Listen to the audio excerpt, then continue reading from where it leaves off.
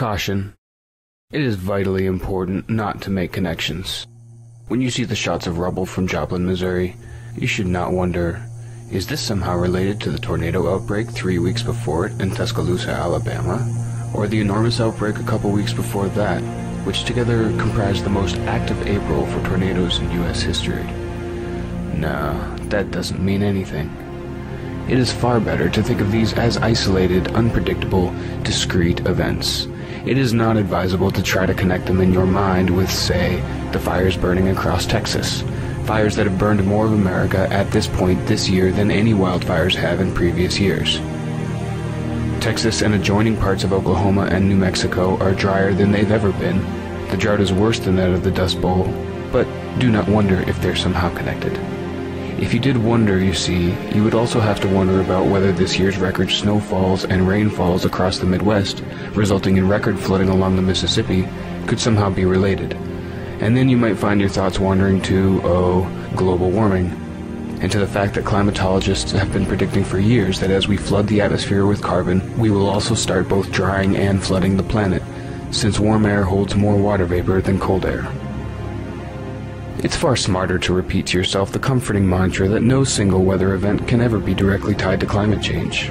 There have been tornadoes before, and floods. That's the important thing. Just be careful to make sure you don't let yourself wonder why all of these record-breaking events are happening in such proximity. That is, why there have been unprecedented megafloods in Australia, New Zealand, and Pakistan in the past year. Why it's just now that the Arctic has melted for the first time in thousands of years. No, better to focus on the immediate causalities. Watch the videotape from the store cameras as the shelves are blown over. Look at the news anchorman standing in his waders in the rising river as the water approaches his chest. Because if you asked yourself what it meant that the Amazon has just come through its second 100-year drought in the past 5 years, or that the pine forests across the western part of this continent have been obliterated by a beetle in the past decade, well, you might have to ask yourself other questions, such as, should President Obama really have just opened a huge swath of Wyoming to new coal mining? Should Secretary of State Hillary Clinton sign a permit this year allowing a huge new pipeline to carry oil from the tar sands of Alberta? You might also have to ask yourself, do we have a bigger problem than $4 a gallon gasoline? Better to join with the U.S. House of Representatives, which voted 240 to 184 this spring to defeat a resolution simply saying that climate change is occurring is caused largely by human activities and poses significant risks for public health and welfare. Propose your own physics, or ignore physics altogether.